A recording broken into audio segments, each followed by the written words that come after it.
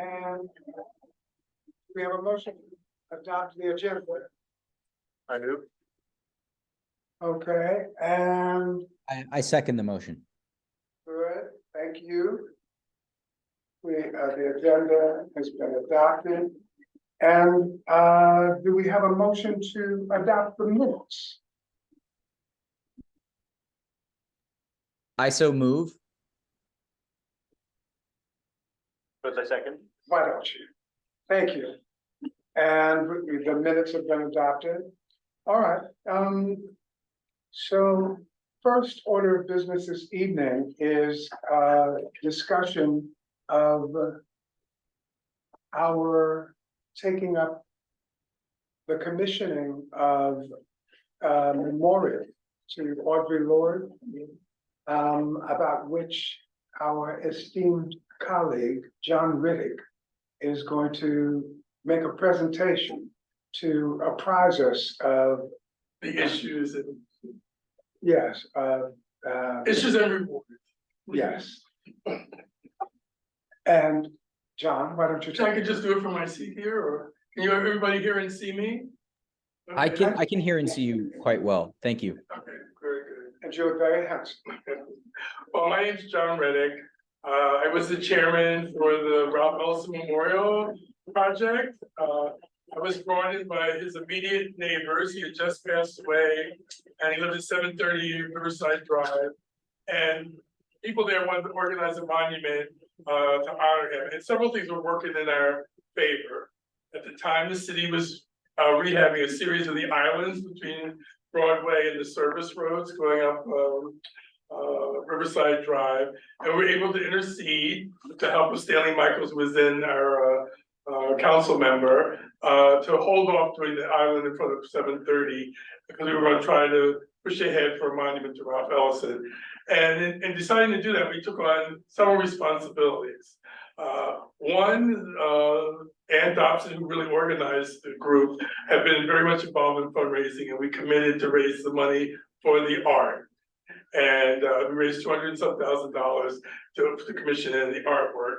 And my work experience, I've been engaged with Parks Department, Cultural Affairs, and other groups around art for the subway, whatever, just on panels that voted on art selection. So even though we were doing this outside the city initiating the project, I did everything that paralleled the way the city does things. I even had people from those groups sit in on the review and made sure I matched, when soliciting for artists, made sure I matched everything that the city standardly does.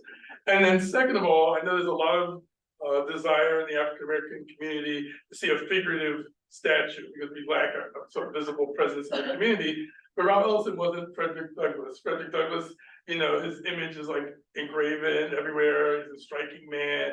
Desire to have him physically, it's one thing. But Ellison was literary. Most people might not know what he looked like, and he was also intellectual. So we thought he would be open to a lot of possibilities. So even before we started picking artists, we decided, well, we want to make sure we showed the committee a range of choices.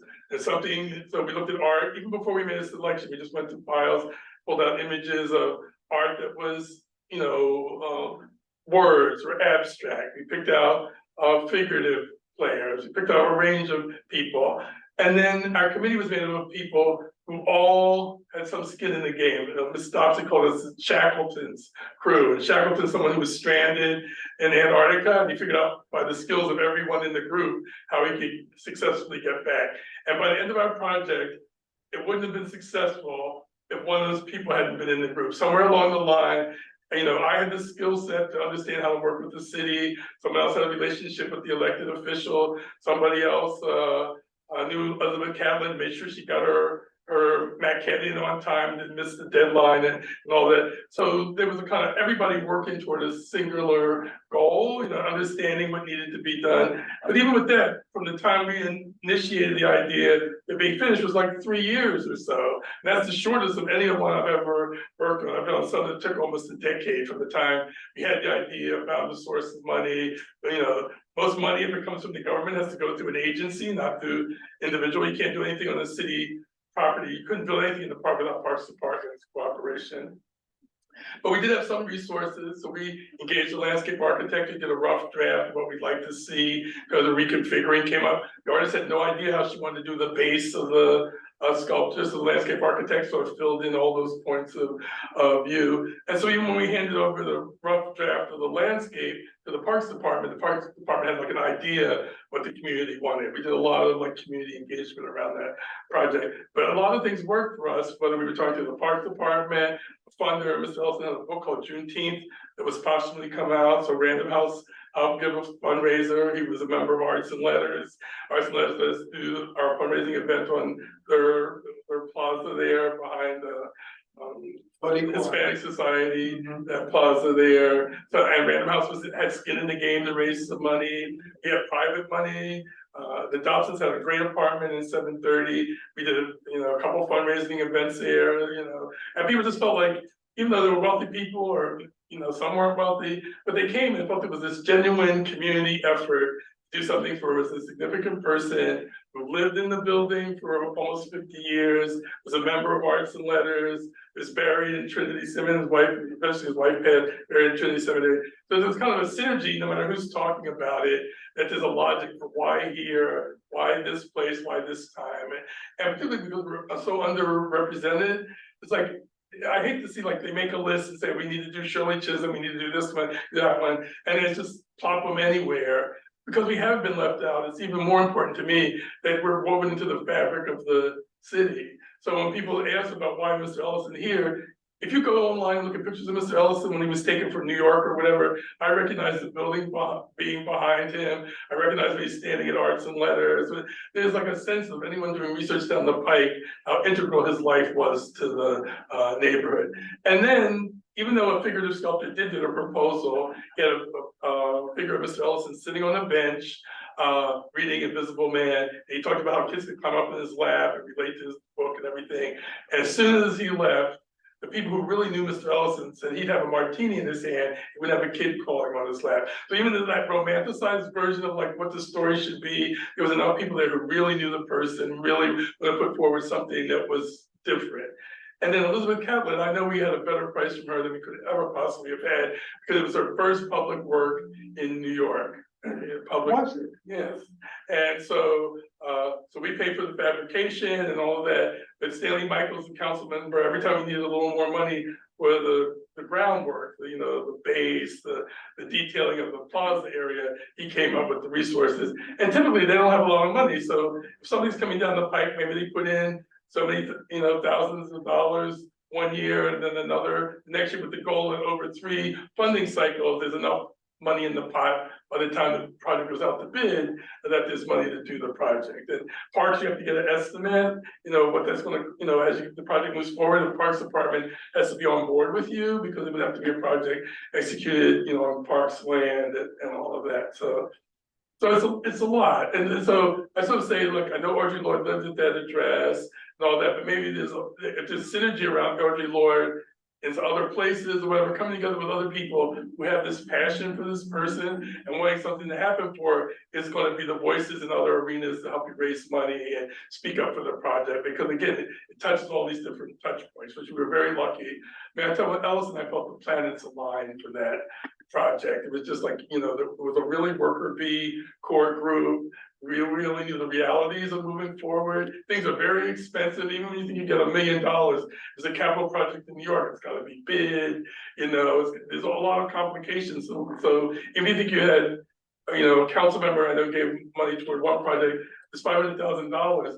That project's been languishing for like almost a decade now. That's not enough money. And it was just like trying to appease a public desire by just kind of throwing peanuts at the effort, make everybody else look bad, but everybody else is going to come up with the money. It takes real skin in the game on these kinds of projects, and having a game plan of like how you want to do it, who your touch points as potential funders.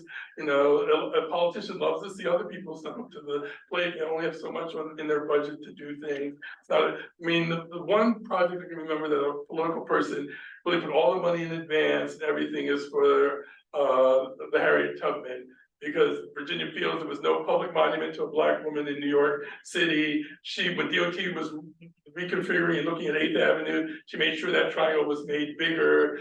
I think she named it Harriet Tubman Square and everything even before anything was on it. And she came up with the money to make it all happen. So nobody from Parks is gonna argue about it, or DOT is gonna argue about it, because the council member, that was, she was the borough president at the time with a much bigger budget.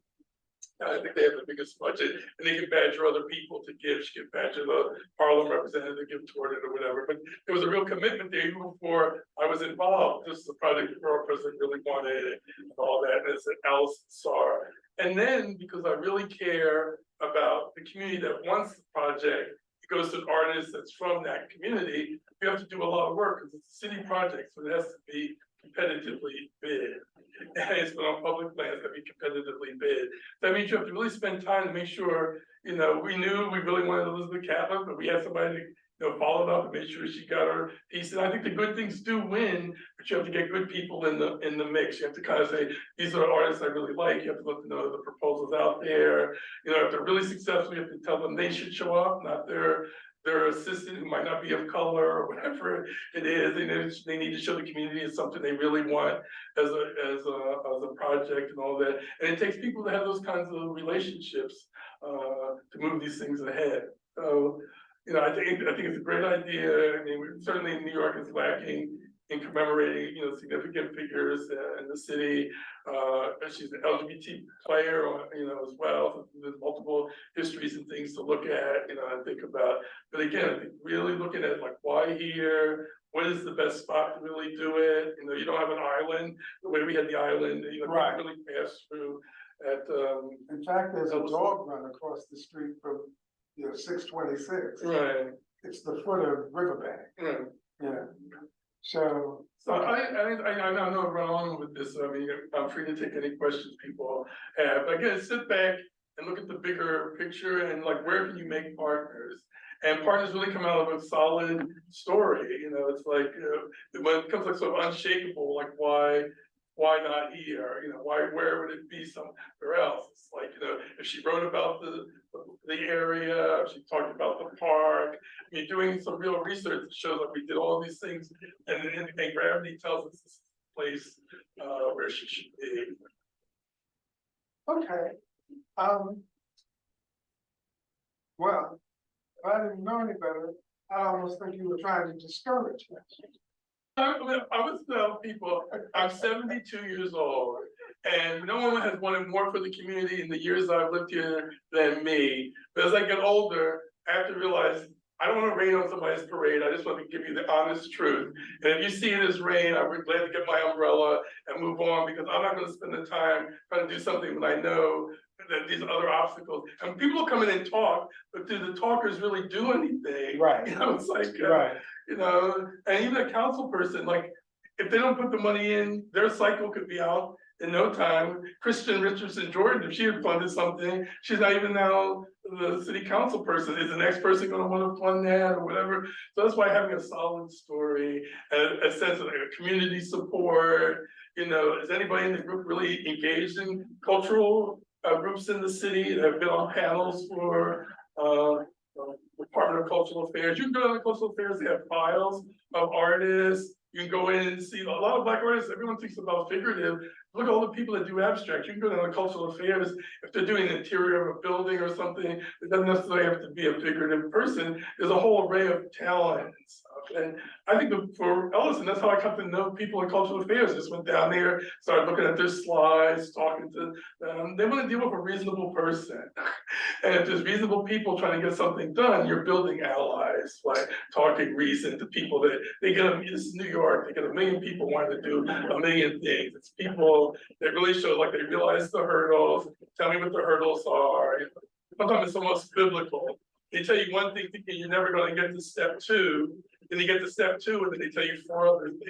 And it's, you know, they get past that for something else. So it's like laying the map for what you really want and getting real support for what you want, and being, you know, awake to the realities of what that is. You lay out a lot for our consideration.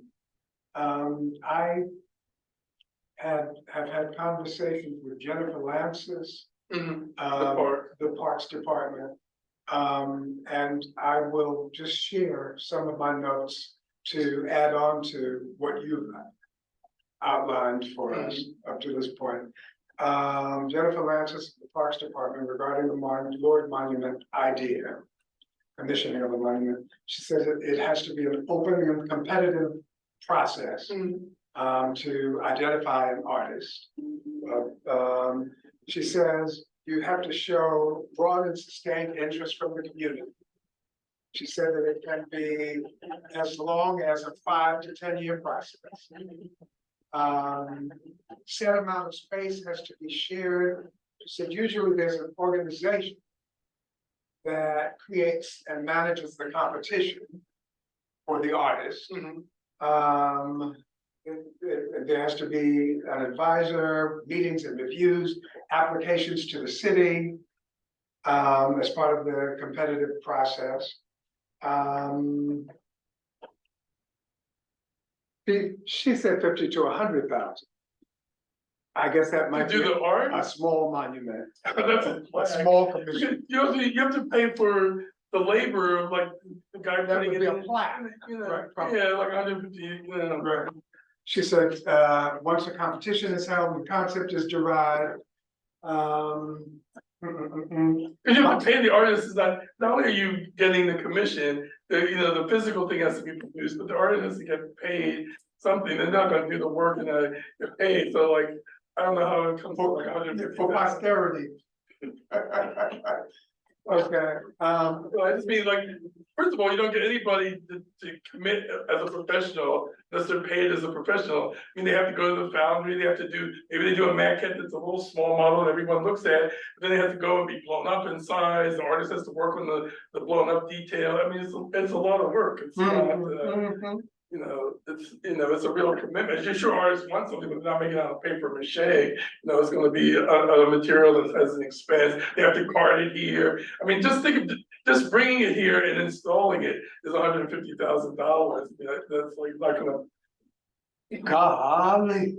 Well, who makes it here? I mean, who chisels here? Who casts, fabric here? Not New York, and so it's like it's upstate. And that's whether it's figurative or It's abstract. gotta be made of some durable material. Right. That's stone or bronze or, That's something else that Lance has said. She said living memorials are preferred. Well, there means plant trees or do something that's more like. Rather a than, grove, yeah. And that would, yeah, so you can have a plaque here and say, and you have to think about what plants are really durable. And again, even that, I would just say, well, did she write about a particular flower that she liked, whatever, it's just like, that's what I'm saying, like. A real discussion amongst people even bigger than this group, somebody will read something, someone will have some piece of information, whatever, making a grassroots effort for which, you come to a realization of what's best. Is like an exercise. Right, it has to be thoughtful and considerate of the environment where it's going to be set. Right, okay. Or a flower that's gonna grow, you put it somewhere and it's in the shade along the drive and never gets sun because of the buildings, and won't even live past a couple of years, so maybe reach out to landscape architects, so all of a sudden you decide it's gonna be a living commemoration. Then maybe it's not about really having an artist, it's finding a landscape architect that's gonna be able to tell you plant material and something else, not necessarily an artist, but a Gotcha. landscape person. Okay, something else that she shared was that, the Parks Department just named a park after Martin Lord on Staten Island. She lived out there. Okay. So that might factor into the approval process. There's already one statue for Audrey, was there a statue out there? I don't know what's out there. Oh, God, I don't know. But like redundancy in a moment where the city is lagging in acknowledging people, the sense that there would be redundancy, Might yeah. factor into, yeah, okay. Most monument, the Riverside Park is a landmark landscape. She proposed very little in terms of additions are approved. Most monuments are along the drive, therefore. Right. She said, begin by contacting Parks and Recreation Director of Art and Antiquities? Jonathan Q. Yes, all right, or the Monuments Coordinator.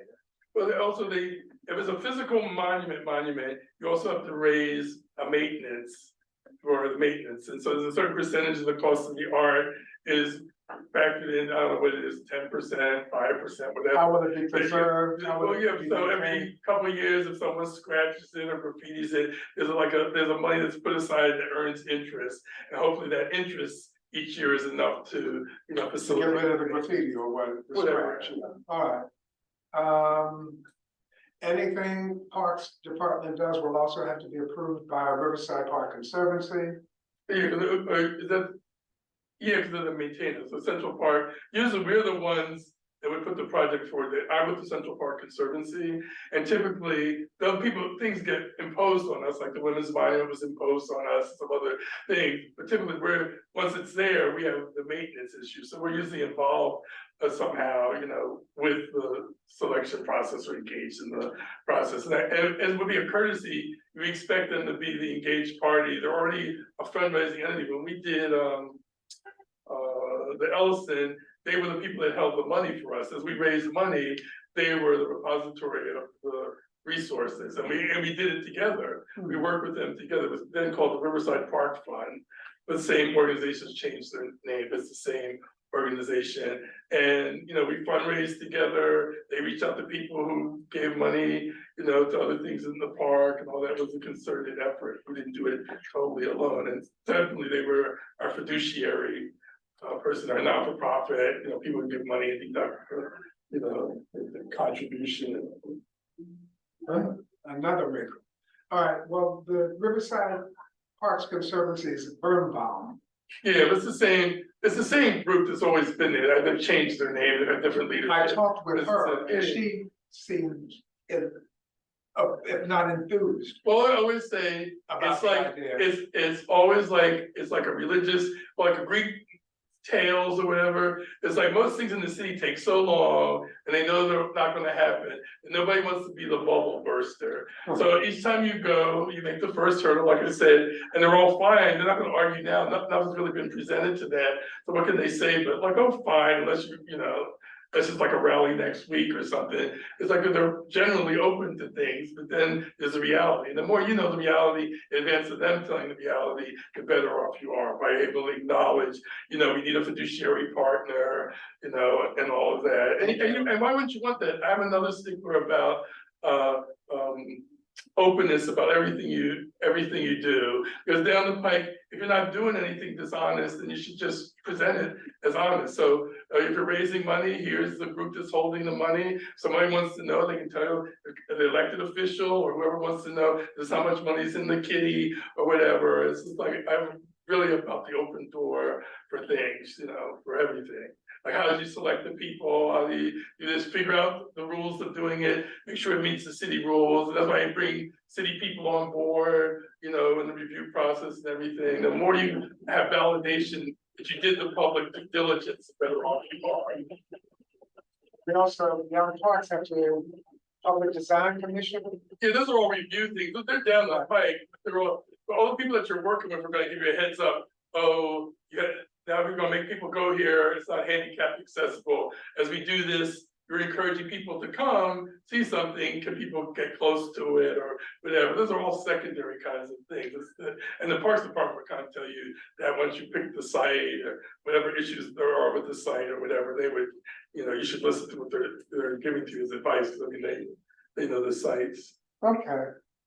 On the recommendation of Savannah Bailey, and I left several messages for Kendall Henry, who's in charge of public art citywide, and never got a call back, which might be a good thing. Because it occurs to me now that there are things that we need to have done preparatory to engage in them. Always first of all, go with what you know, and then always be open to questions. In any first wave, it's not worth having arguments. You're on a search and rescue mission, And so here's what we're thinking about doing. Here's the realities. Here's why this is something high on the agenda of the community. Here's who we've met with. Here's our kind of core group that wants to work on this, and I just always be open to people that wanna sort of really work. Because in the end, people say, why here, or start arguing, whether we went to the art commission or anybody, we were a real committee that worked, the people lived in the building, they knew the neighborhood. And even someone else in the neighborhood would say, well, I don't like Ralph Ellison. They said, well, you get your own project, because we've been working on this for 3 years, we've raised money or whatever. There's ownership in the neighborhood in terms of like who's doing it, why they're doing it, the effort they've made to get there. And then people start to respect that as you move along in the process. It's not just somebody saying, I want something, it's somebody with skin in the game. You make sense? Where do you make sense? So do you guys have questions? For Mr. Ritter? Yes, thank you, Mr. Riddick, for this really thorough overview of the information. I think your insights are obviously so valuable, and I was writing down some ideas around kind of generating public support, which you noted is so important to kind of present as the process moves on, and just, I guess, in all honesty, I have no experience with something like this remotely. I work at a national legal and policy organization fighting against the criminalization of queer people. I'm a massive fan of Audre Lorde, so when I joined this task force, I was very excited to hear about this proposal. And given my complete lack of experience on something like this, establishing a memorial, I guess maybe some of my main, maybe the first questions that really come to mind are like, what does the fundraising process look like? You mentioned that a little bit, but I guess if I could just ask you to maybe walk us through a little bit more about what the fundraising process looked like for the Ralph Ellison Memorial. Well, we were lucky because the woman that helped organize it, Ann Dobson, had worked for the Negro United College Negro College Fund. and she had done fundraising events all around the country for different things. So she kind of understood like how do you outreach, how do you start to make a target list, you find out, I want to say Oprah, everybody puts Oprah's name on this, but you find other people who really admire Audre Lorde, other institutions within the city that have done things around Audre Lorde. Maybe there's a LGBT literary group or whatever, or a little bit this name for her. So you want to bring on board people that are really engaged. For example, I'm working for, like I said, for Central Park Conservancy. We're doing the Harlem Mirror, a new facility at last for Rankin Pool. And people came to us saying, well, what about the exonerated fathers? And we said, well, we're building a pool in Rankin. It's a totally separate idea. And then people said, well, Donald Trump, you're doing all this for Donald Trump. No, it wasn't for Donald Trump. We had to explain at the new facility. So after Trump gave up his license, and there's a lot of clearing of the air about what we were doing. But there was this earnest desire in the Harlem community to do something to honor the exonerated five. But so our historians started to think of what are things that really relate to Central Park, that would be doing something that we could do, because the city doesn't do statues of living people, all the things that people wanted. All I could go back with is no, I didn't want that to be my burden. So the historian came up with the idea, well, John, the park has different entrances that were named when the park was designed. Merchants Gate, Women's Gate, Gate of All Saints, whatever. And we've added different openings to the park for playgrounds and stuff since then, but we never named another entrance outside of those 25 original names. What if we approached them and wondered if they'd be interested in the idea of doing one of the gate entrances, Gate of the Exonerated? So we went, initially, it was like, well, why can't it be the exonerated five? And they go, well, no, actually, your issue now is the civil rights issue of your generation. You're across from Lincoln Correction Facility, which had an interesting history in terms of Black culture before it was even a correction facility, whatever. The soldiers, when they came back from the First World War, they paraded into Harlem, they turned that very corner onto 110th Street. They started to see how significant having a gate at that location was. We went over the exonerated five first, we came back to the mayor's office, whatever, and we moved ahead. And on the 20th anniversary of them being exonerated, we renamed the entrance to the park at 110th Street for them.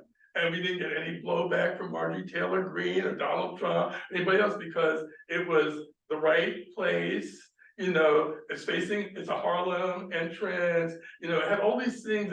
And one of the fellows said he had never come back to Central Park after that incident. He could see the improvements, how nice the park got. He couldn't bring himself to go back because of his memory. And he was bringing his daughter there for the first time, and she was 18 years old, So that's what I'm saying about the core. Ralph Ellison, you go back, it should be something that really lasts over time, not just like oh, I did this kind of thing, but something that really resonates. And if you find that core, you will find money, you will find support, you'll find all the other things that you're worried about. There'll be natural partners come out of the idea that it's like, it has to be here and why and all. It shouldn't be arbitrary. It's really, it doesn't happen every day that you honor people and build sculpture, people in New York and all of that. It's a world-class city, should reflect the diversity and the wonderful aspect of what the city is. But I think that history is, for me, that's unique to me, that the space, I'm an architect by training, and I loved Harlem from the day I came here. I realized Marcus Garvey's pictures coming down Lenox Avenue, that whether you were in the Caribbean or anywhere else, no, this is Paris. It's not Shantytown, it's not, it's a very special place. When they did a silent march against lynching, that all the churches to leave and turn 110th Street and go down America's most famous residential street, Fifth Avenue, to the NAACP. Those things still move me when I turn the corner as an architect, knowing that story, knowing, my ancestors had some movement in this space and all that. And so like finding out like Margie Lord's life at that address and the things that really are significant for why they're, to me, are really important. You should, that for the people working on it, like hadn't read Invisible Man in years. Once I was on the committee, I read Invisible Man. I God forbid I should be talking to somebody that's excited about doing it and not knowing anything about, him or whatever. Like this sort of kind of due diligence, Well, you've said we need to research or reward to find the story, the core story that will incite or excite, I have never moved anything forward possibly without support outside generate of my synergy. community. The resources, the vast resources are not here. And so to really get something done at the level if you really care, what a quality thing that's gonna last over time, resonate over time, you have to make partners with people that have resources. Whether in the agency or the elected officials, that's the reality of doing anything worthwhile. A lot of people say, oh yeah, I'll do this and toss you $20, whatever it is. You should really understand what it's gonna cost to do something wonderful, and at every level be presenting, this is the reality. We raise this, we need to raise, whatever more it is. The real numbers should be there, not just placating reality, but facing up to what's it's gonna take, and talking to people, kind of say, well, what can we do for, what would that be? What size would that be at this price? What size would it be at something bigger? Look at other monuments, how people kind of give you a range of what it would cost to do something. But I'm glad to hear you're a lawyer.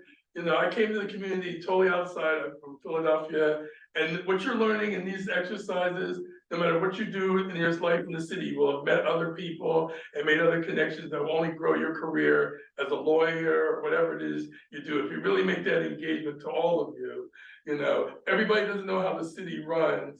And people who can talk to other people that know how the city runs, whether it's getting a tree on your street or, somebody in the Department of Buildings when something's dragging. I've been down at City Hall and there's been a line, because I go to Abyssinia Baptist Church, somebody goes, psst, psst. Don't you go to Abyssinia? And I don't have to stand in the line. All those things come back. Karma is great. I really do believe in karma and intelligence and being out there and in the mix, the reality mix, not the bullshit mix, the reality mix, and understanding how to move things. So those are the aristocrats of New York. The people who know how to get things done, and people will And turn they all go to Abyssinia. Not anymore. They did it. They did when I started going there. And that's part of building a church, building any community. People like that have kids, they're all going to socialize in the same places. You will have 15 years together that you will grow as professionals along with your children, if any of you go to church. I went last Sunday. But I really believe in that. You have to build community And you can't do it by yourself. You can't do it by yourself. And you want to find like minds. I always tell people I want to die with the worker bees.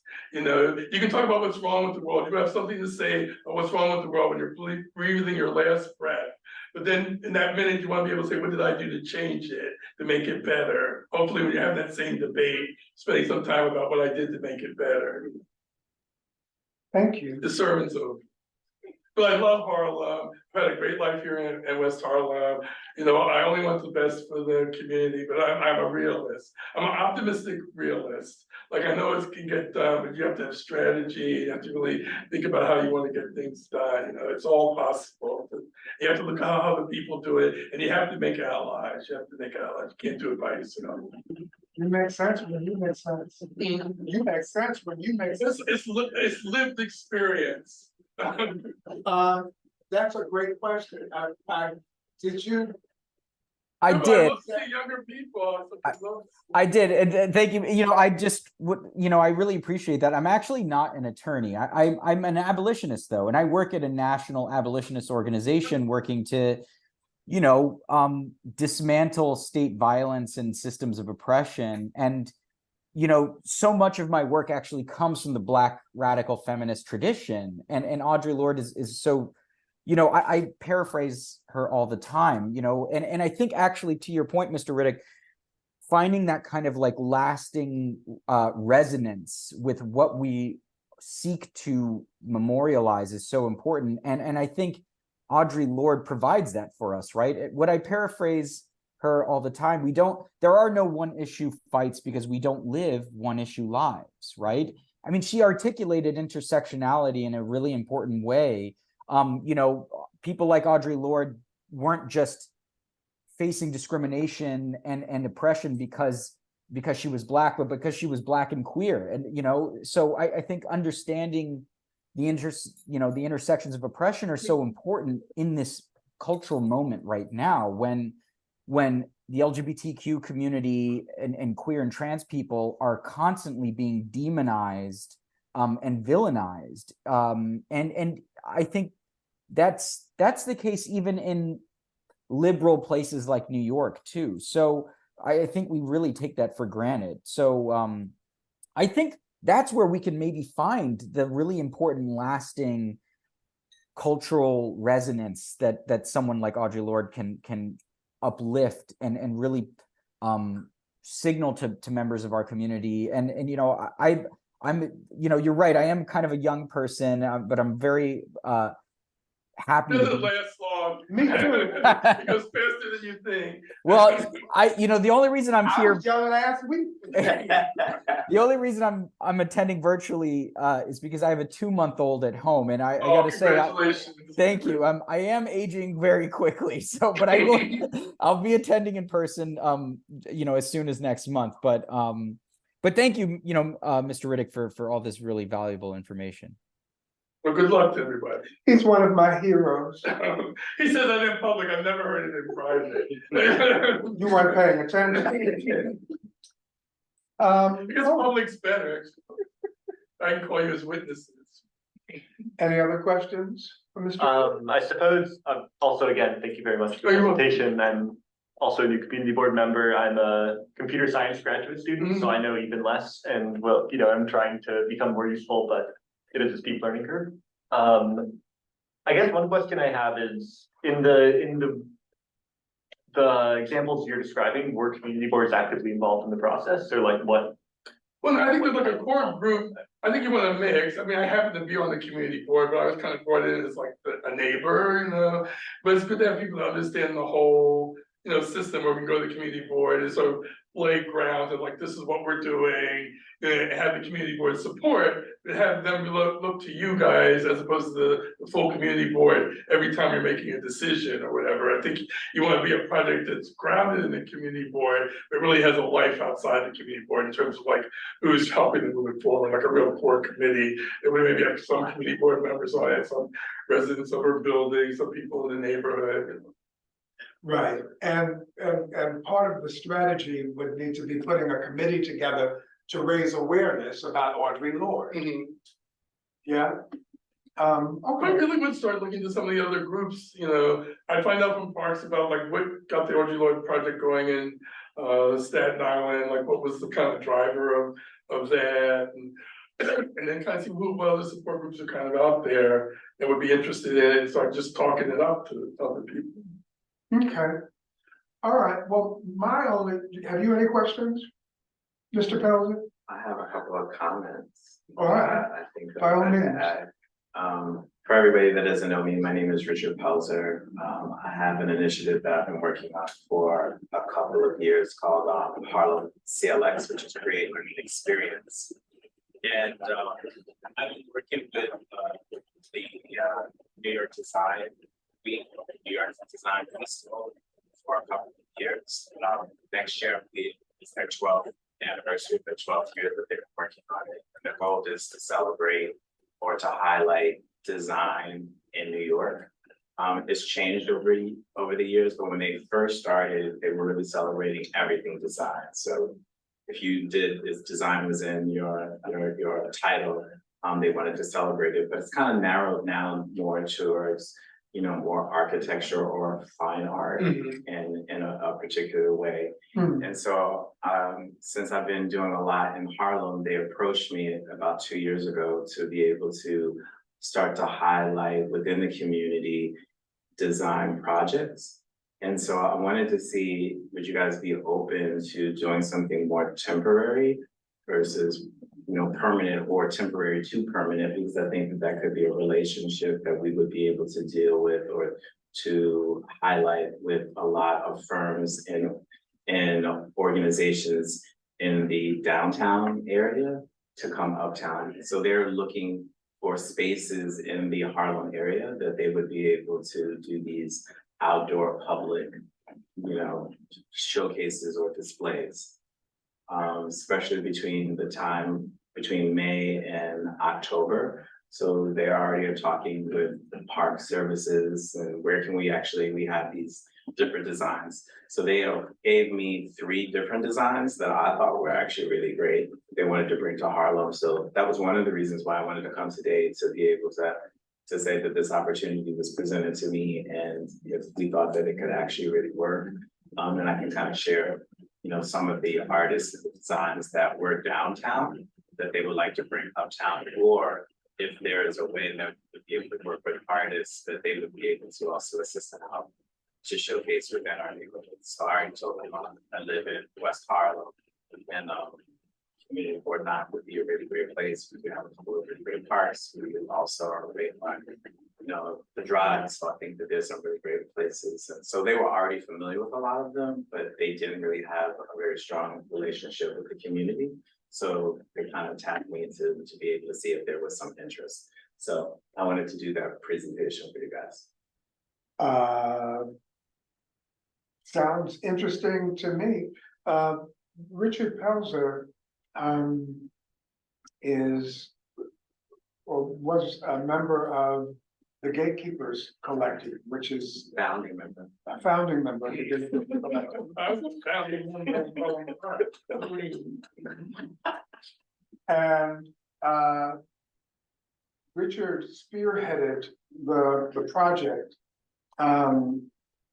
In fact, the Gatekeepers Collective's first public art and theatrical narrative development process, which is the banners commemorating the centennial of the Harlem Renaissance, right down the block, running across West Harlem from Morningside over to the river.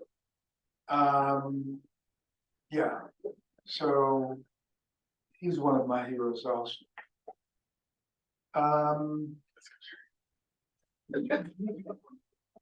Just a little. But when you say, might we be interested in doing something temporary, a public art project you're talking about? And are you, I'm sorry, are you thinking about something with respect to Audre Lorde or? Could be. I mean, I think that could be an option. One, to be able to get community awareness and that part of it. connection.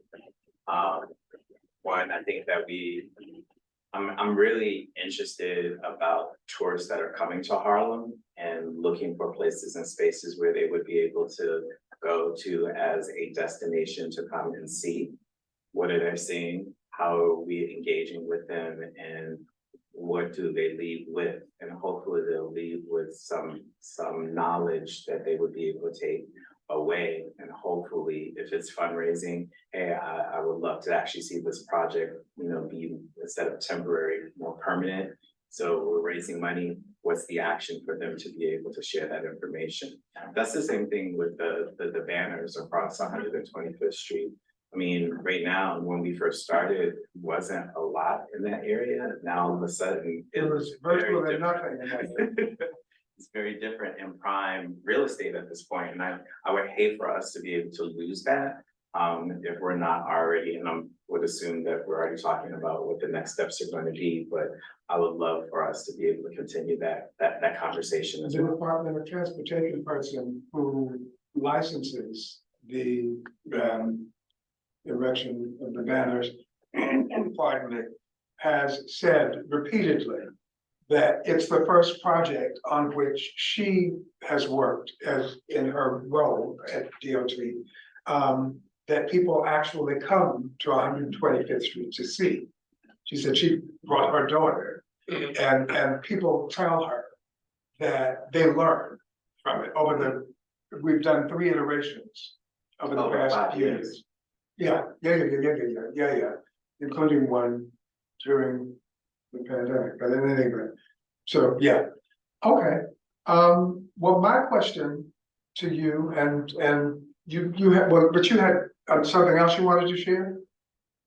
Yeah, that was it. I mean, I'll share all of the information that was presented to me All right. to you guys if you are open, and so that's one of the reasons why I wanted to come today. So it was very timely Here. about. That feels like synergy.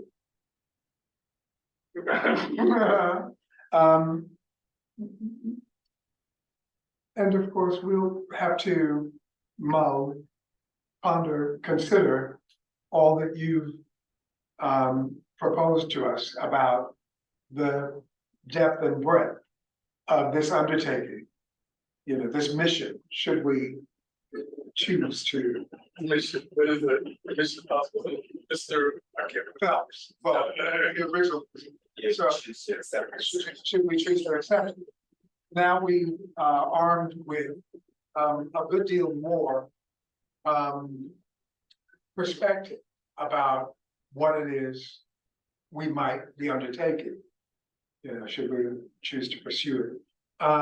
But the question that occurs to me to ask you now is,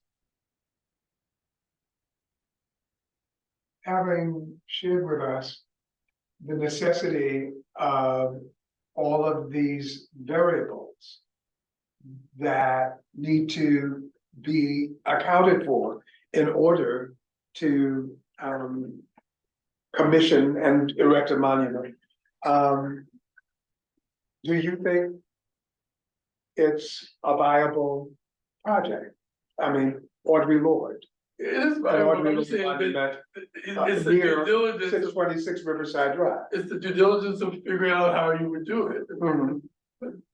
There's no bad idea, it's just like, if it's worthy, it will move forward in the arena of projects. There's a reality of costs and partnerships, well, it's not your property, so right away, it's like, something that, Riverside Park Fund, a Riverside, whatever it's called, Conservancy is on board, if they're on board, then Parks is on board, because they're the maintenance partner, so they say, well, this is something we have community support here. How many people within the group is actually a member of Riverside Park organization or support, or you volunteer for any of the cleanup, or do the people know us outside of the, asking for things, but like, are we part and parcel? And all those things mean something over time. The Riverside Park Fund, when the old iteration, like all of us have been members of that group and all that, in terms of like just buying a membership and being engaged, on their list of.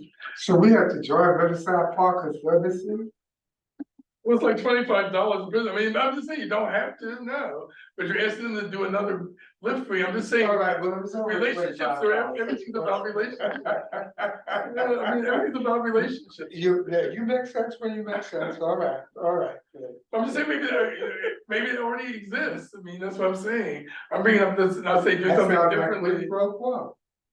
No, it isn't, because they are maintaining other people are paying, people, they raise money to keep the park up. I know Dale, they were really after us after we started working on this, just to get volunteers to help out. And there was out there, volunteers Maintaining the Saturday, money, I went out there at least help, like, rake up the weed, pull weeds or whatever, and do something, because I feel like they're doing a lot for us, I mean, that's one Saturday. Okay, all right, thank you. And in terms of Mr. Pelzer's proposal, any thoughts? I think I mean, I personally really like the idea of it. I think it makes sense as if done well, a temporary exhibit could be done to help build the movement that we would need in order to make a more permanent exhibit possible. I think maybe the question I would want to ask is when would be the opportune time to do that? Because maybe it's possible that if we're looking at 2024, maybe we wouldn't be ready to actually capture the momentum that we might get by having a temporary exhibit out unless we've laid a stronger foundation. So I think that's more of a question than a statement of, like, for those of you who thought strategically. And the people that are looking for space already have things they want to present, yeah, so that would get priority, you know, it's like. And I think again, just like we were just talking about, those are relationship building. So the idea is they want to know about us and we want to know about them. So what are things kind of like, are they, you said they move more toward architecture, so are they fabricating things that they want people to look at, or is it? So I think there's a couple of things. Do you know Eileen Shaw by any chance? I know. Okay.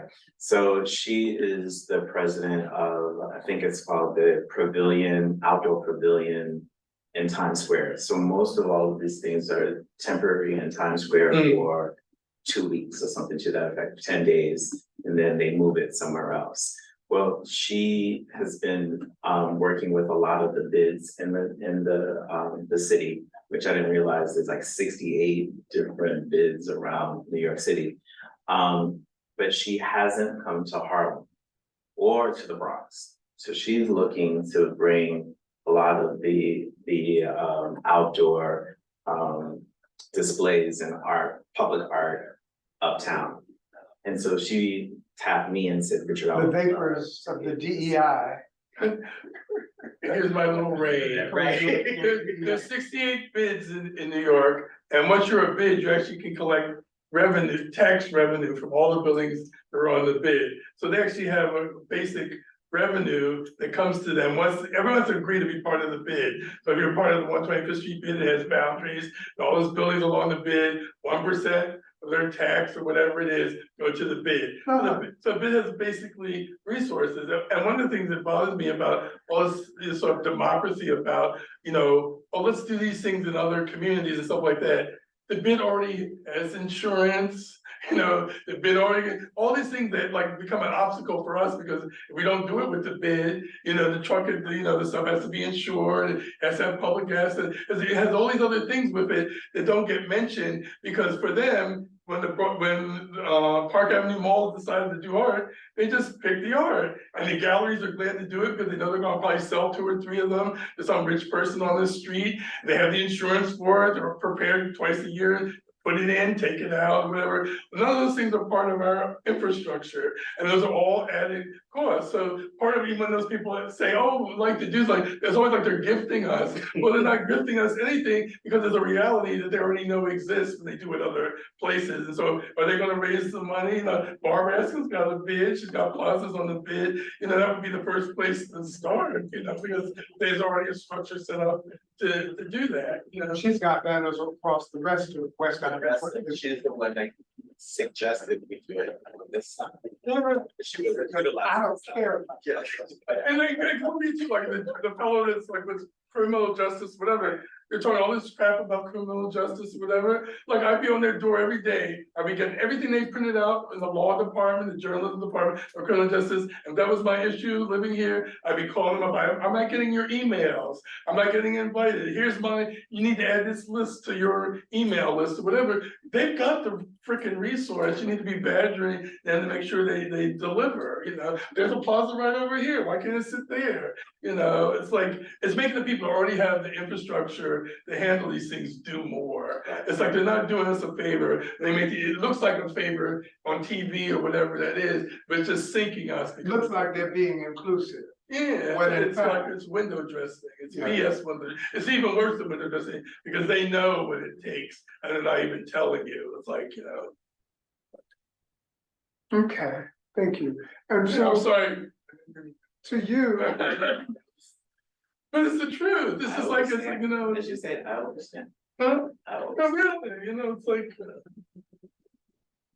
And maybe Barbara doesn't want to do it, but so let Columbia do it, they got the money. Right. She's thinking about her own insurance, or we get scratched, or when the druggies decide he's gonna sleep in it, it's like, Well, one of the opportunities that was presented, are you guys familiar with Michael Bennett by any chance? the choreographer, chorus line? He's Dream Girl? a retired NFL player. He was on Oh. the Seattle Seahawks. He Oh, won 3 times. okay. Well, he turned athlete to designer. And so he is the gentleman that was presented to me that wanted to do something in Harlem, and he was very specific about it. So when that came, it was presented to me, and he has 2 projects that was done in the meatpacking district for their bid. He wants to bring it to Harlem. he's got It the looks nice money. and it does. I'm telling what it costs. He's got the money. So- It's a vanity project. He wants this vanity and here's something I say to everybody. And Harlem is a brand greater than Chanel. And don't sell the brand cheap. So he's done it downtown. He wants to show he's related to the community. He wants to be uptown. He should pay for it. It's a total vanity project. And I don't think he has a problem with that. I No, I'm think- just saying. I think again, it's really up to us on how we leverage those relationships as people are asking us, what do we like, and we should be able to say that, and that's why, again, I'm gonna actually said that. What do we want, what we need? If you're saying, hey, I want to do this project, with Audrey Lorde, blah, blah, blah, blah, blah, we would be able to start to plan that out, and I do think that that's a strategic move. So are you proposing that the same gender living LGBTQ task force and community board 9 conceive some kind of public art project or design week? Could be. Focusing on Audrey Lorde, the legacy. I mean, I didn't know that that's what this meeting was about, Oh, so I okay. just wanted to be it just so happened that this Okay. happened. What I actually, and if we wanted to be really selfish, I really wanted the banners to, what are we doing for the next thing and how are we getting that paid for? That's what I was really kind of wanted to do to start to leverage this for Design Week for May of 2024.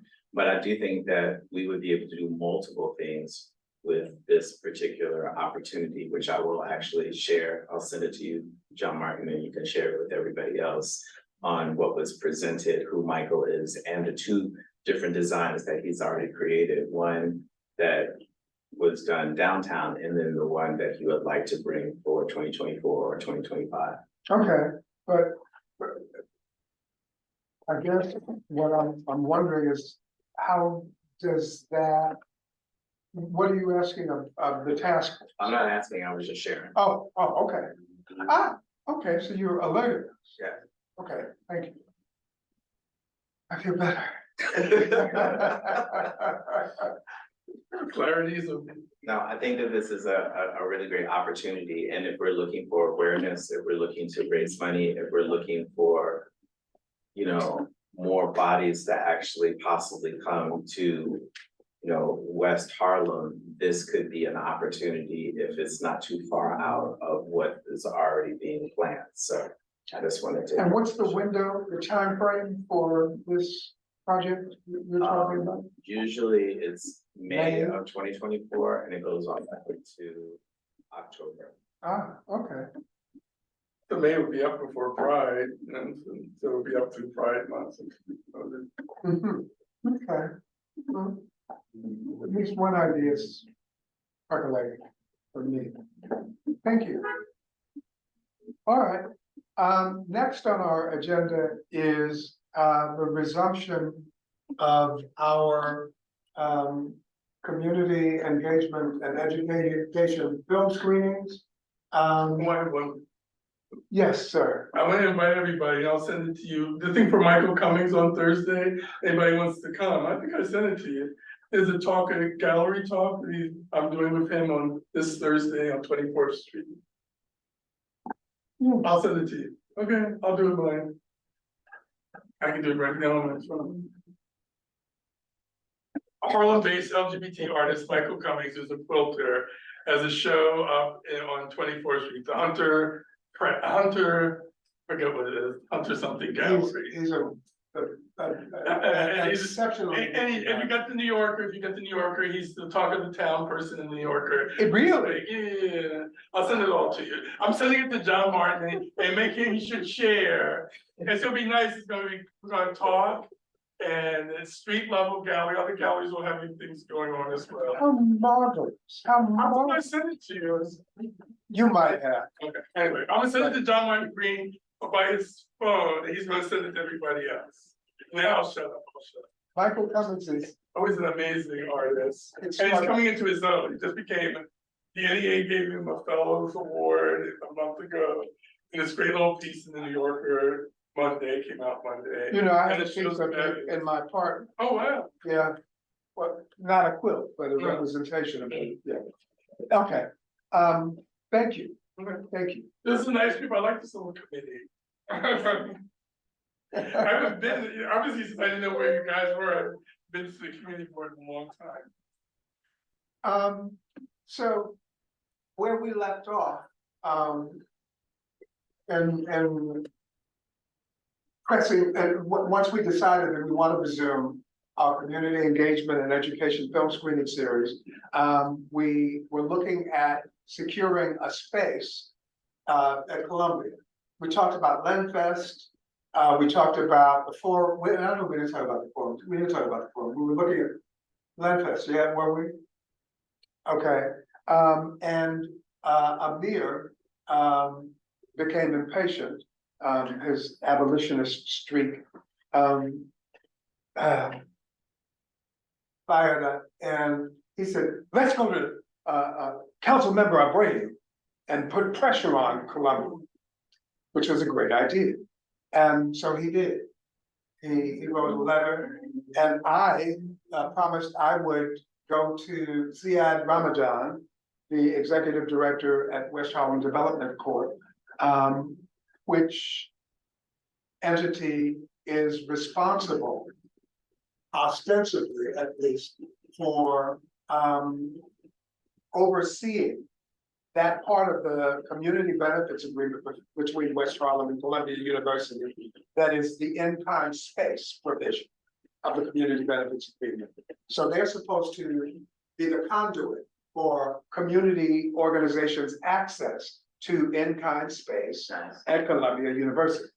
And so I'll share with you what my conversations with Ziad and Columbia have been. After, Amir, why don't you share with us where we are with Councilman Abreu's office along these lines? Yes, thank you, John Martin, for setting that background.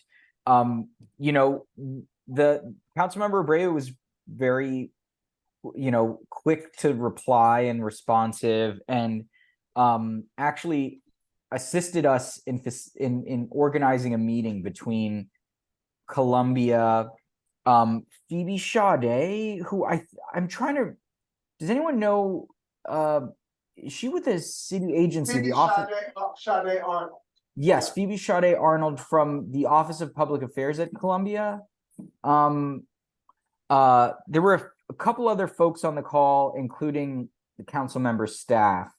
And I was ready, John Martin, you're right. Maybe the fires of indignation were ready to flame and I was ready to, put them in the hot seat about questions about the community benefits agreement and the in-kind benefits. But the tenor of the meeting was very good. Actually, it seemed like it was, it was shared with me that, John Martin, you had actually already been meeting and discussing this with Phoebe Sade, and that they're working to locate a venue for us. There was a proposal of, is it the Miller Theater at The Columbia? Miller, yes, that's on 116th. Yeah, on the campus. Yes, it's on the heart of the campus, center of They, campus. that might also be, that's their The hope Miller is- would be better, actually. the Miller would be better? Yes, Because they thought it might be a better size for our needs. it's a more intimate space, yes. Right, but they were still going to try and look for Lenfest as a priority. We don't need Lenfest so much because in talking with Ziad about it, it's like a 150 seat space. Okay. So we have typically attracted around 30 people, which could feel like a small showing, Right. could be demoralizing in a space that size. But Okay. I'm sorry, go ahead.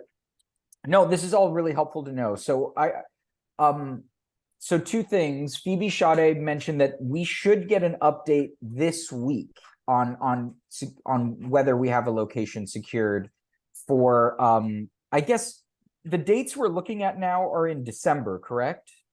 And we Okay. have to, I think, I mean, the last dates that we proposed were, the week after Thanksgiving.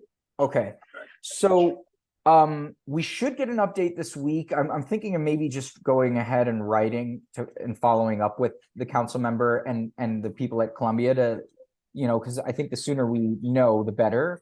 And the second kind of outcome from this meeting, which I think, folks on this task force and, public members might find interesting, is Columbia is working right now on some kind of process, some kind of protocol to go through community requests in the West Harlem community through WHDC to access in-kind benefits, because they're aware of this history of West Harlem community organizations trying to access space and not trying to access those in-kind benefits and not having those requests fulfilled. So they're working on some kind of system, some kind of protocol to process those requests, which I think is, I take as a sign of good faith. I don't know if I'm naive to take them at their word at this point, but that is something, if anything, this is something else that we can follow up with them about in the coming months. Well, one of the things I would ask them about is the summer months when we could use it the most, when they don't even have students, and was really locking in a block of summer. We know we're competing with your students during the rest of the year. Play sympathetic, but the community really could use the facility in the summertime. We really lock in a block of time, and we'll try to schedule events within that block of time rather than having a random all over the place thing. Have them lock in some dates, on the calendar in the summer. That would make a big difference. And do they have like a list of, spaces that are available to us? They do, and that is, they do have a list of spaces that are supposed to be accessible to community entities, community organizations in kind. But we don't get But nobody's been able But it to, was to true. my knowledge, nobody's been able to access any of So it. if you're trying to schedule, if they were really sharing, they would share the scheduling. They don't tell you who's got the dates and show you these dates are blocked out. So when you go talk to them, you'd already know in advance what dates are open that you can even start planning around. So instead we ask and go, oh, let me check. Betty's doing something. You never see the calendar. So you know if Betty's doing something that day or not. And to your very good question, that list, in kind, Columbia University campus spaces, is accessible through West Harlem Development Board. I've looked at them multiple times in making requests So you about, can see what dates are booked already in advance? and ostensibly, No, that's great. but no, it's not, because we've never gotten any space. Well, I don't know, but I would think you should be able to see Even openings and then book the opening, no, We've not been able to access any space. wow. Yeah. At any point, on any calendar, at any point in the calendar. And is this just for our committee or just for any of the? No, I mean, other community organizations Okay. as well, to my knowledge. Because I do think it's gonna be also important for us to, if we're doing programming, what does that programming look like and who's gonna execute that part of the community programming? I think that would also assist and help us as well on making sure that it's well attended, it's marketed, it's promoted, for success, because I think that that's going to be really key as well for not only them, but for the community as well. Because I still hear folks, I didn't know that you were here in this space, and blah, blah, all of the other things that we actually have that are out there that I think are going to be kind of key and important. I love doing things in a series. So if we do and promote what is going to actually happen for the first or second quarter of 2024 now, I think it makes it a little bit easier for everybody to plan accordingly. I'm just using that as an example. I'm sure that you guys may be already doing that, but I just wanted to. Not necessarily, no, and you being an person, make a solid recommendation, for which we thank you. All right, so my update along these lines, pursuant to our last conversation last month, I did go to Ziad Ramadan and press him again about our desire to access a space at Columbia. And I proposed Landfest to him, not realizing how large it was. And he wrote to this Phoebe Sade Arnold, saying, "Hello Phoebe, it's been a while. I hope you are flourishing, blah, blah, blah." That's salutation. He says, CB9, the SGL-LBGTQ task force as an event film screening, estimated attendees around 50, date preferred. We were looking, this was last month, we were looking late October or November. Ms. Sade Arnold said, I'm well. We're in the thick of President Shafiq's inaugural season, so it's busy but fulfilling time. That said, you both should have received an invite to the official inaugural. No, I can't. Moving right along. Catching fire, even we getting early. Where we left off with Phoebe is, she said, can you advise the name of this film for the screening and some additional dates that may work? It seems like you're interested in a Thursday or Friday. A whole lot of rigmarole. I had a conversation with Ziad last week, during which he shared,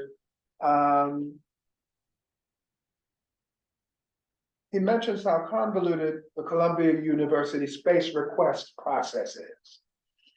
And he says, it's not us. He said, Phoebe Sade is the Columbia University liaison. She reports to Lofton Flowers. Oh, Lofton, he's been around forever. Yeah, Yes. Lofton was present in my meeting as well. Okay, and according to Ziad, he makes no decisions. Not to cast aspersion. Just he said that So why is he in the loop if he makes the decision? that's why he's in the loop. Because Columbia University, as part of the community benefits agreement, He was, you will recall, he was there part of it. John and I were on the West Harlem Local Development Corporation, which was the entity that negotiated the community benefits agreement. Because Lofton was there, I mean, he worked with Maxine, I mean, he knows the whole. according to Ziad, he makes no decisions. I'm just reporting back to you what he said. And where we are with this a month later might be evidence of that. But in any event, Columbia University gave us $20 million in in-kind benefits. You know how much of that? And that was 2009. $99 and 55 cents. $20 million. It is 14 years later, $500,000. That's why we're trying to lock down this summer and everything. In-kind I would benefits start have out- been accessed up to I would this start point. out just trying to be well. 14 years later. But that's why we're just trying out this, let's try to be, I want to be your most cooperative player. I see your school years really booked up. We don't want to knock out paying students, whatever. You have no classes during the summer. I would just try to get as much as the summer, because for us, it's a better time anyway. So just say, let's lock in some summer commitment time, and they really get lots of time, then we can go back and program into those slots as opposed to. Well, that's our strategy. In the meantime, it would appear as if, But then, does the board go together? And that's another thing, everybody is divide and conquer. Oh, Linda's, I'm waiting to hear from Linda, whatever, like come up with like all the groups that need to have space, kind of sitting down together and going in and say, here's roughly the amount of time we'd like to get. Here's what, throughout the year maybe, but let's focus on windows when they don't have. we're gonna take this to the general board. Mhm. We're gonna take this to the strategic planning committee, the executive committee, because this is, strikes me, I should say, as a severe imbalance Right, but in the distribution of our benefit. right, but I would lock into, when you see how they're gaming you, it's like, how many years has it been since they've been gaming us Right, for X number of years? But let's step out of their game and set up a game with our rules and let them respond to the rules. So just say like, so look at windows when they're not having school or whatever, and you know, really push for, you know, blocks of time, and then, you know, then we don't use the dates and it's on us, you know, whatever, but just say, okay, you like to have, you know, here's Harlem week period or blah, blah, blah. Look at arcs of time that we would like to have space, and you can really plan. okay, so, yes, please. Is that type of planning role the responsibility of WHTC? Like that, like ideally, community organizations should be making lots of requests to them, and they should be structuring time and making big block requests from Columbia, or should the organizations be talking directly with Columbia? No, the organization should be talking with WHDC Okay, to access in-kind space yeah, from Columbia. But that process, which is why I went back to, I went to Yeah. Ziad. And he shared his frustration, I'll say, about, as he put it, how convoluted the in-kind space acquisition process is with Columbia. The bureaucratic rigmarole one must navigate and still wind up with no space acquisition. Yeah, that's where you know, since we're getting zilch, coming up with something that would get some locked in times, and then you can tell groups, you know, here's what we've done, go through the, you know, the development corporation, here's a range that we do know. At least start with, make them give you something and then show we did something to fill that time up. And we can fill it all up, and we can say we got pressure for more time or whatever, but like, I think this randomness allows them to just make you compete. Oh, it's another department, oh, the law school. That's what wants they, it. that's what they You know, do, so, yeah. yeah, so it's just like. Oh, well, we have to ask this one, Yeah. and that one Yeah, says, I oh, think no, law we have to ask this one. Yeah, law, yeah, And right. then that one said, yeah, okay. So, but you need to be like the law school or whatever, and really have some, at least to start, that's what I would do. You Amir. know, I would do talk to the summer, law- I would do summer or windows when the school is closed to start. And we'll plan around, give us these dates, and we'll go out to community groups and say, here's Saturdays, here's weekends, you know, whatever it is, and start from there. With something you know you can give away, as opposed to keep asking for things that, you know, someone else has got that day or whatever. And by the time they tell me, you can't even plan because they wait You so know, we're long. gonna have Charlotte Brayu go over there and slap people around. I didn't hear any of that. Charlotte Brayu is another one of our heroes. Anyway, In the meantime, though, and that, thank you for proposing that strategy. See, that's why I don't have a community board. in the meantime, do we want to look at other venues at which we resume our community engagement and education film screenings going out of this year? What's an interesting space, an interesting space. The last one we used was the Porch Hollow, the Oh, restaurant. yeah, well, that's cute, I like that. It was quite Yeah, cute. only one. And we had but I a like nice this. little show. Yeah, and other people are just sitting, yeah, I like It it. was charming. I mean, but the proprietor said you can't do that in here anymore, Oh, really? unless it's on a Saturday afternoon. So Mm. because our guests complained Mm. that, said while the information in the film was extraordinarily enlightening, it said people were mildly traumatized while they tried to have dinner. He said, we just want to eat. So, but he closed down anyway. Oh, really? Later Oh, on. I liked it.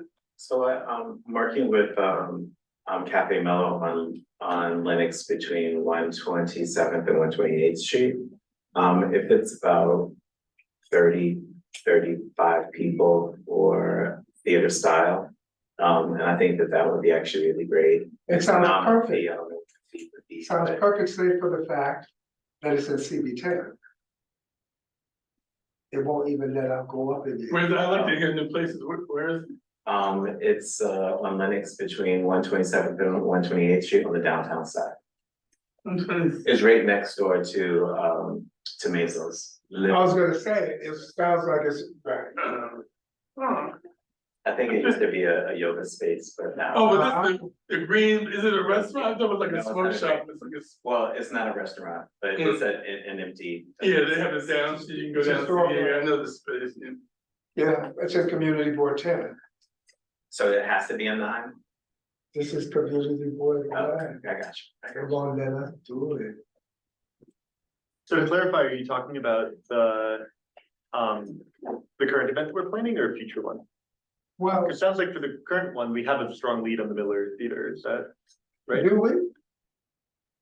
They mentioned that I just actually right now, John Martin and Clayton emailed Milo from the council member's office, so we can be connected with Lofton and Phoebe Sade and follow up on this. But they brought up the Miller Theater as an option. And Claire, I'm curious if the Columbia Spectator might be interested in doing a little bit of research and digging into a story for the student body, who I imagine students probably really care about balancing the needs of students and this really important agreement between members and the community in West Harlem who've seen their neighborhood really destabilized by so much development in with the Columbia Manhattanville campus.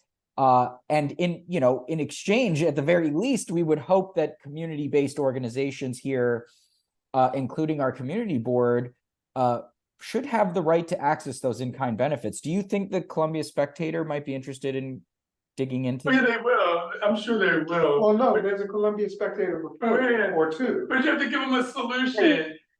And you can go back to every day, I'm sure the college president reads the Spectator, and every president for the last 50 years has read community good, Columbia bad. That's a standard practice. So they did it around preservation, but do they go back and check the preservation school and go talk to the preservation professor?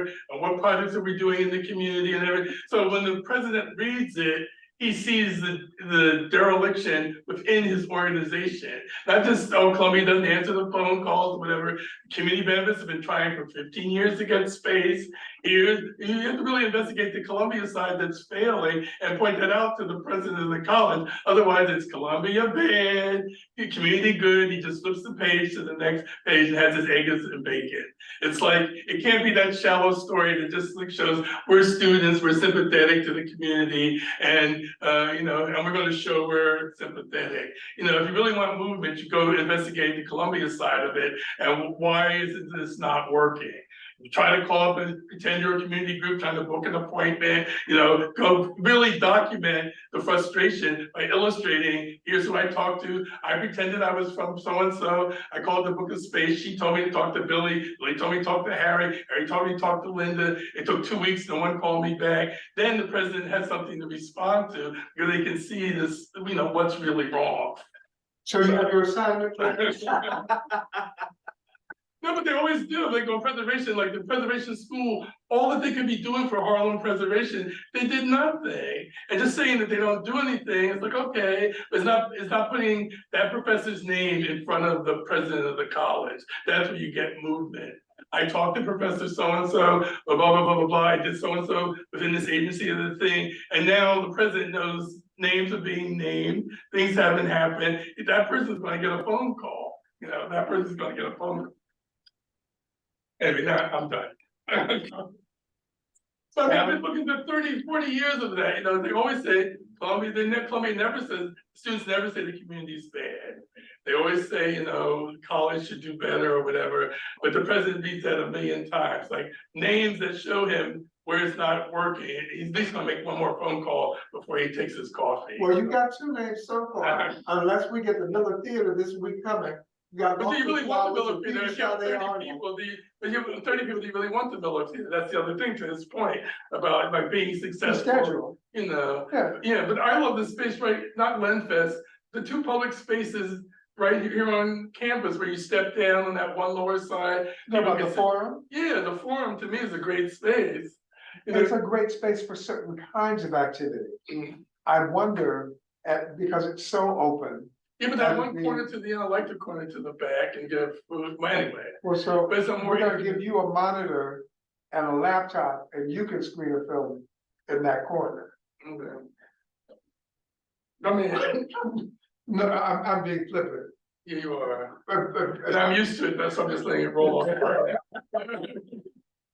are other spaces upstairs in the forum too. Say it again? There are other spaces upstairs in the forum. Right, and one of those smaller spaces, Yeah.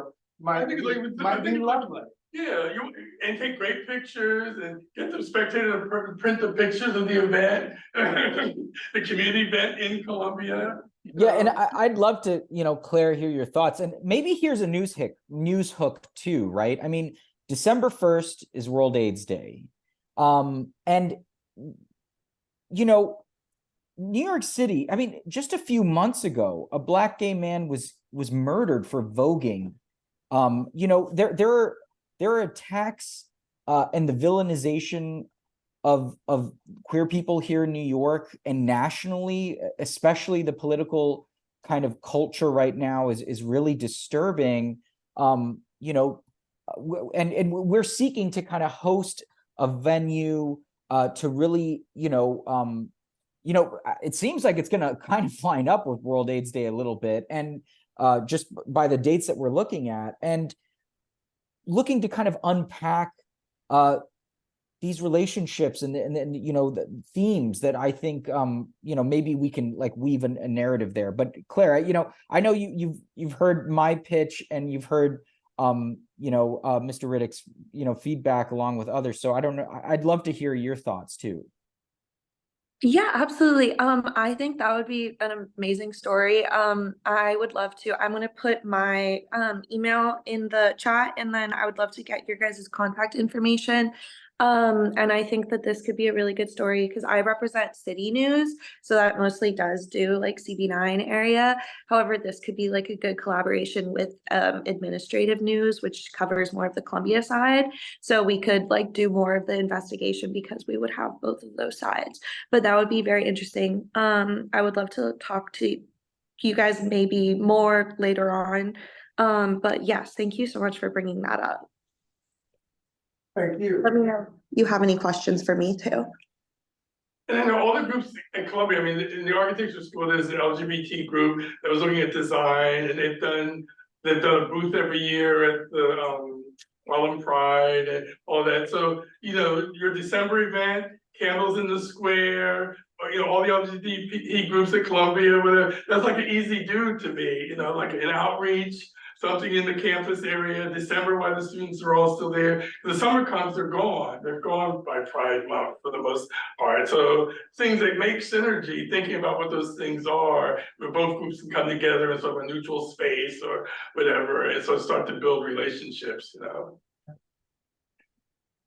No, absolutely. No, and I'm in another Columbia queer organization, and we've also had difficulty with Columbia, and we're like within it. So I have no clue what y'all have to go through. But yes, no, definitely I'm gonna put my information, and if you guys want to send it to me as well, I will send up follow-up. Bless That'd be very you. Thank interesting. you. Yeah, thank you Thank so much. Hopefully it's okay if I turn off my mic and video, but if you have anything else, please let me know. I am here. We're winding down. Old business? Have we any? Before we move on, should we try to set a target date or something? Oh. Or- That's a good idea. Where did we leave off with dates? Do you remember? I think we last time said sometime in November. I don't think we got more We said, granular than I that. think we said, the week after Thanksgiving, actually, Did we? Okay. which would have been the 28th. That would be December, almost December. When's World AIDS Day? World AIDS Day is the first, or is always the 1st of December. So it's too late to really plan anything for that, right?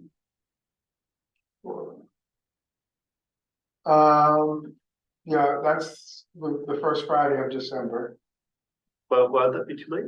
We've got a month and a half, right?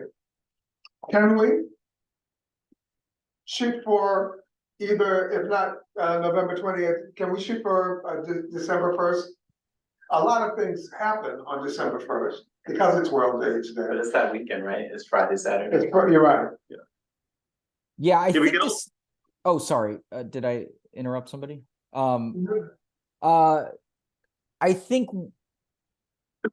especially given the film series that we're hoping to showcase, World AIDS Day does tend to be a very crammed time. I work in the HIV movement, and I may, for example, be down at the AIDS Memorial downtown at some events, but it's, and I think I agree with Mr. Reddick that it early December might be tough to pull off, especially since I think, a lot of us here probably will have commitments around Thanksgiving, which will leave us even less time to kind of coordinate and work together. You cooking? I'm going to Philadelphia and eat family food.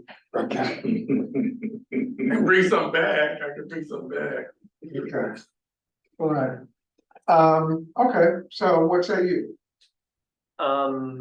My personal constraint is that I will probably be leaving a week after that, for a long work trip. So preferably something in that first week of December, but. All right, well, let's see what happens with talks of Miller Theater or a smaller space in the forum. For that sounds great. Yeah, I think Milo will probably get back to us tomorrow. So hopefully we can hear from the Columbia Community Affairs team soon. very good. And either and we're still looking at the what is it, the Tuesday after Thanksgiving, the 28th, or the Thursday, the 30th? For the screening? Yeah. But I guess if we were thinking November 28th, which is when our next committee meeting would be, right? Mm-hmm. Are we planning on like sharing flyers or other ways to kind of like promote the event? We typically do, but we can't do that until we have the venue. Yeah, I think November 28th could work. I actually think that might be a good day, assuming we hear from Columbia soon about securing a location. Yeah. Okay. So question, as far as the screening, is this a monthly, quarterly series or? It had been like semi-annual, it had been semi, but we're looking at quarterly. But booking venues has been an And is issue. there a theme behind that? I mean, because I think that storytelling is huge. Mhm. And I do think that there's the one that you actually did, at the porch was great, The masculine, right? Mhm. And I think the goal is, especially this community, to do it on a consistent basis that we would be able to market and promote. So these are the films we're doing. This happens in November, this happens in January, this happens in March, this happens in April or May, whatever. I think it makes it a little bit easier.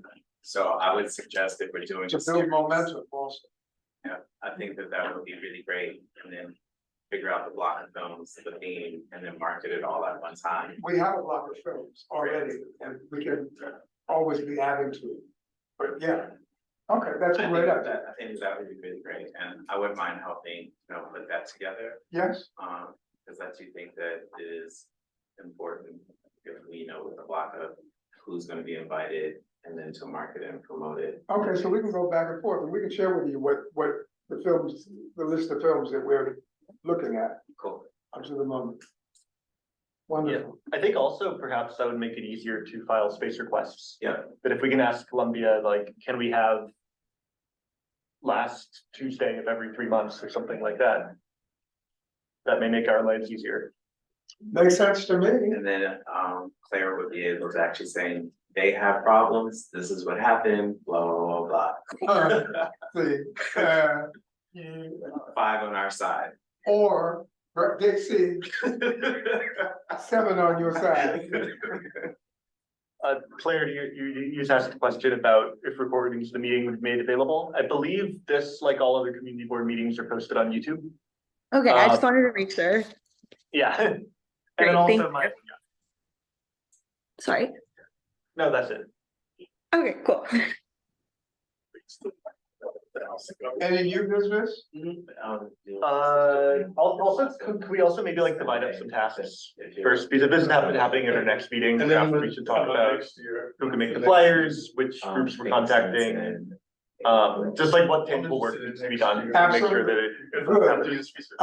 That's helpful. Who's good at flyers?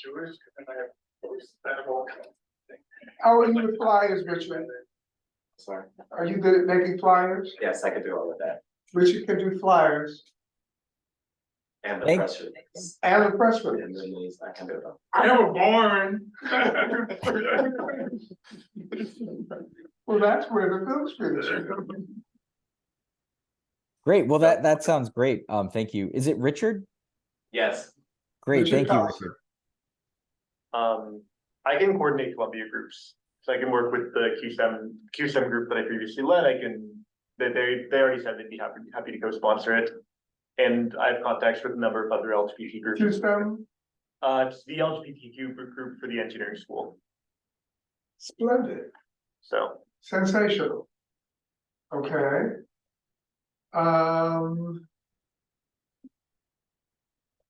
So, when should we re-up about, Milo, Sade, and Phoebe Sade? I just sent an email like 20 minutes ago, but maybe it's Tuesday, maybe by Friday. If I don't hear back, I'll reach back out. Great, and so will I. Okay. All right. because I think that she said in her response, she wanted to know what the film was, Mhm. which I thought was interesting. She made a kind of an odd comment to me about that too, about like pre-approving the films and was like, Yeah. we need to see them ahead. We need to know what's going to be played ahead of time because, you know, with the international conflict in Israel and Palestine, we have to be really careful about what's being showed. And I was like, what in the world? Why? Yeah, I was like, why did you bring that up? But Yeah, I thought that was an odd, because when I heard it, I was like, well, that was kind of actually weird, but I think that Well, first of all, she didn't never give the reason, she just said, we know, we usually view the things that are being shown at Columbia and leave it at that. I mean, she really put herself out on a limb by saying what she said, because it shows bias. Demonstrated bias, you know. I agree, it does. And I found it to be a strange remark, especially, you know, and as Claire knows, and I think maybe all of us know, Columbia recently locked down their campus, afraid of protesters showing up to show solidarity with oppressed people and, you know, enduring constant bombing, you know. So I think I thought it was I think you're right, Mr. Reddick. It did show bias, and I thought it was a very strange comment to make when we're obviously a group organizing a queer film screening. Not, I don't know why they had to bring that up. So we should, Netanyahu so we, and Ray. we show queer Netanyahu and- queer Hamas members.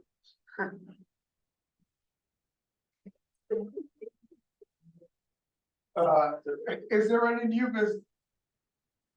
I have no new business. All right. Would someone like to make a motion to adjourn? I'd motion to adjourn. I second. So moved. We are adjourned. Beautiful. Thank you all. Thank you. Nice meeting everyone. Thank you. Hopefully I'll see you all at the film screening soon. Thank you so much, John. Oh, pleasure, Thank you, pleasure. thank you, pleasure. thank you. Thank you so much, Richard. Thank you so much, Clayton. Nice space. I like your. Thank you so much, I'm here. Oh, he's gone. All right. Isn't this nice? It is nice. Yeah. The camera moves around, if you move around. It's kind of high tech and whatnot. What? All righty, gentlemen. Nice meeting you. Pleasure. Nice meeting you too. Thank you for coming. Get home safe. You want to get home? All right. Go home, man. I didn't tell you to go straight home. Bye bye, guys. All right, bye. Why would you tell people to go straight home? I went to go curved home. Better. I said stay home. Better still. Better yet. Just want me to send you all of the notes. Say it again. You just want me to send an outline, what I wanted to share with the group. Absolutely. Yeah. Because that way we can consider it more thoughtfully. I would also imagine the Arts and Culture Committee would probably want to consider it. So like out, for the things that are not LGBTQ related, we probably don't have a huge amount of jurisdiction. Right. You I good? agree. Make sense? Are you also on that committee as well? I am not. He's on all the committee. Don't listen to him. Are you on that committee as well? I think Not anymore. Dara is on that. Dara, yeah, Dara Is that and, recording?